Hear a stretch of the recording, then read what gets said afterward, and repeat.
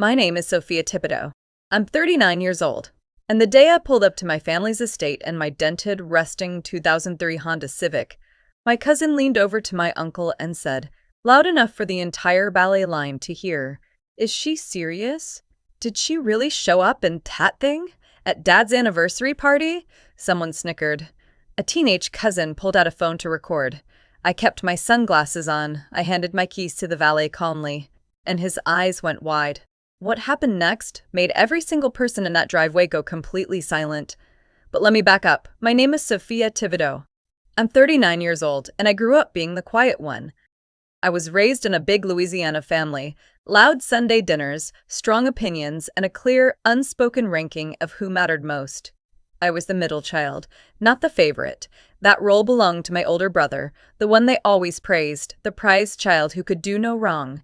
He got the handshakes. He got the toasts. He got the phone calls that started with, "I'm so proud of you." I got the evites. For most of my 30s, I worked as a mid-level logistics coordinator. Steady work. Invisible work. The kind of job people nod at politely and then move on from at dinner. My family celebrated my brother's flashy real estate deals like they were moon landings. I drove the same beat-up Honda for 11 years, not because I had to, but because I chose to. I had my reasons. I wasn't the glamorous one.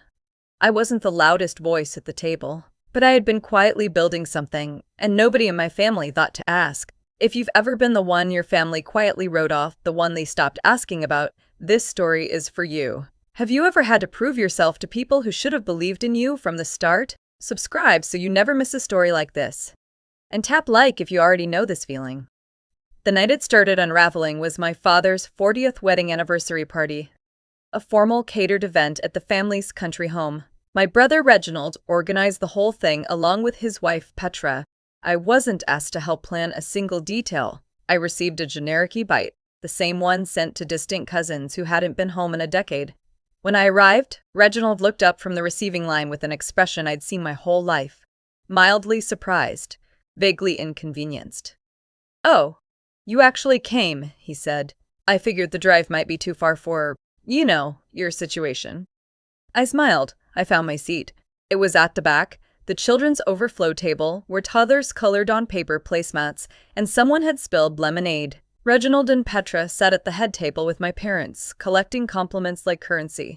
During cocktail hour, I stepped near the hallway to check my phone. That's when I heard Petra's voice carrying over the soft jazz. She was speaking to a circle of aunts, the kind of confident woman who never checks to see who's listening. "We didn't put Sophia in charge of anything," she said. "Honestly, what would she contribute? She can barely keep her car running." The aunts murmured in polite agreement. I stood still. I let every word land. Then a quiet man appeared at my elbow, Mr. Fontenot, the family's longtime estate accountant, silver-haired, unhurried. He leaned in close and said, barely above a whisper, "They don't know yet, do they?" I shook my head. He nodded slowly and walked away. And for the first time all evening, I smiled, because I knew something Reginald didn't. The days after the party brought their own kind of weather, the cold, quiet kind that settles into a house before anyone admits the season has changed.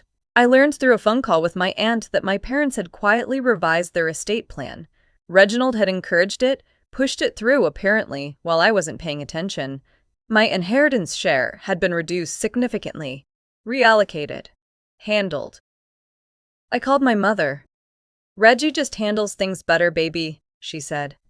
Her voice was gentle, unbothered. "You know that. He understands money." I didn't argue. I thanked her. I hung up. And I wrote everything down in the small notebook I kept in my glove compartment. 2 weeks later, at a family Sunday dinner, Reginald was in fine form. He had a new deal. A commercial property. Very exciting.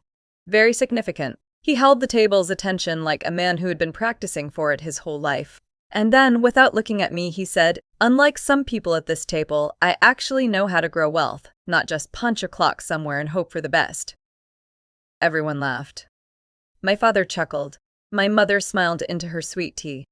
I excused myself, went to the bathroom, took 3 deep breaths, stared at my own face in the mirror. Then I walked back to the table and smiled like I'd missed a joke. Let them laugh, I told myself. Every time they underestimate me, they hand me something I can use. The third move came by phone. Reginald called me on a Tuesday evening, his voice soft and brotherly, the version of him he used when he wanted something. He suggested I sign over my reduced inheritance share to a family trust he was setting up. For simplicity, he said, to make things easier on Mom and Dad. I asked for the paperwork. He sent something rushed and vague, a document with soft language and wide margins and very few specifics. I didn't sign it. I forwarded it to my own attorney instead. After that, I got quieter, more focused. More deliberates, no outbursts, no confrontations. I was watching, and I had become very, very good at watching. What they didn't know was that 3 years ago, I started something, quietly, alone, under a name nobody in my family would recognize. While I was punching that clock, while I was driving that old Honda, while my family was toasting Reginald's name at dinner tables I was barely invited to, I was building a logistics consulting firm. I started it on nights and weekends. I grew it entirely through referrals, word by word, client by client. The business name had nothing flashy in it. It wasn't connected to my personal identity in any way that a casual search would surface.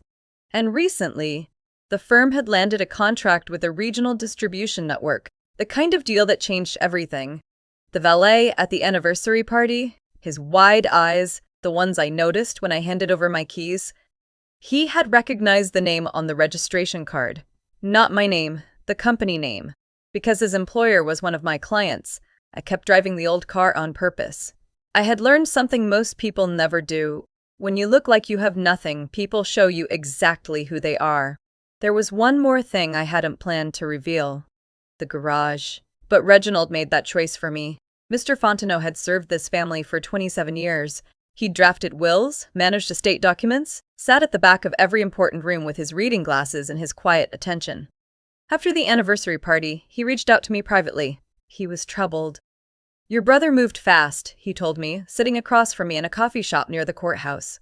Maybe too fast. And some of what he filed, I'm not sure your parents fully understood. He placed a folder on the table. Inside were copies of documents, originals, showing that Reginald had been quietly pulling money from a family property account for 2 years. He'd been disguising the withdrawals as maintenance fees. Slow, steady, just beneath the threshold of obvious. Mr. Fontenot wasn't doing this for drama. He'd made a promise to this family decades ago. Reginald had broken something that mattered to him, and he was not a man who let that stand. Meanwhile, the arrogance at home was reaching a kind of peak. Reginald bought a boat. He threw a party at the family home. I wasn't invited. Petra began redecorating the guest wing, talking openly about when they eventually take over management of the property. My parents smiled and nodded and let themselves be charmed. Then Reginald announced a family investment meeting. Outside investors, local business contacts, even a journalist covering regional real estate development.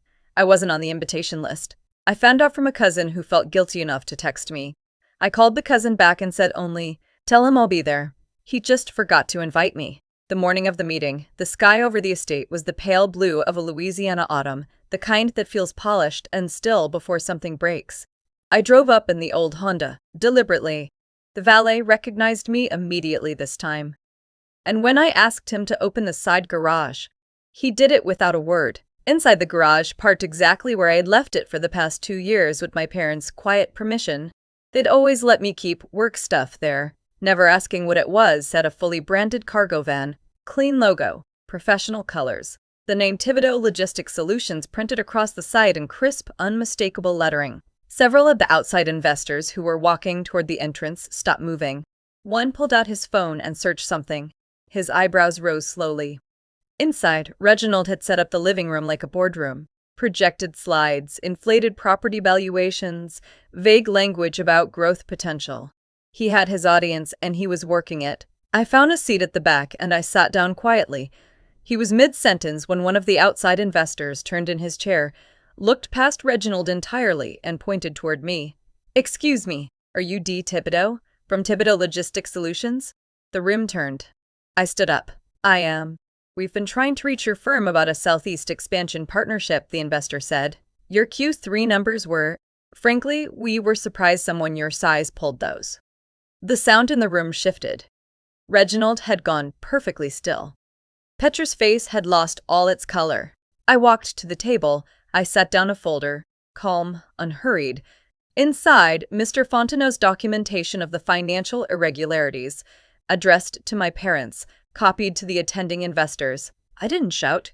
I didn't cry. I simply said, I think before anyone signs anything today, Mom and Dad deserve to see this. My father read in silence.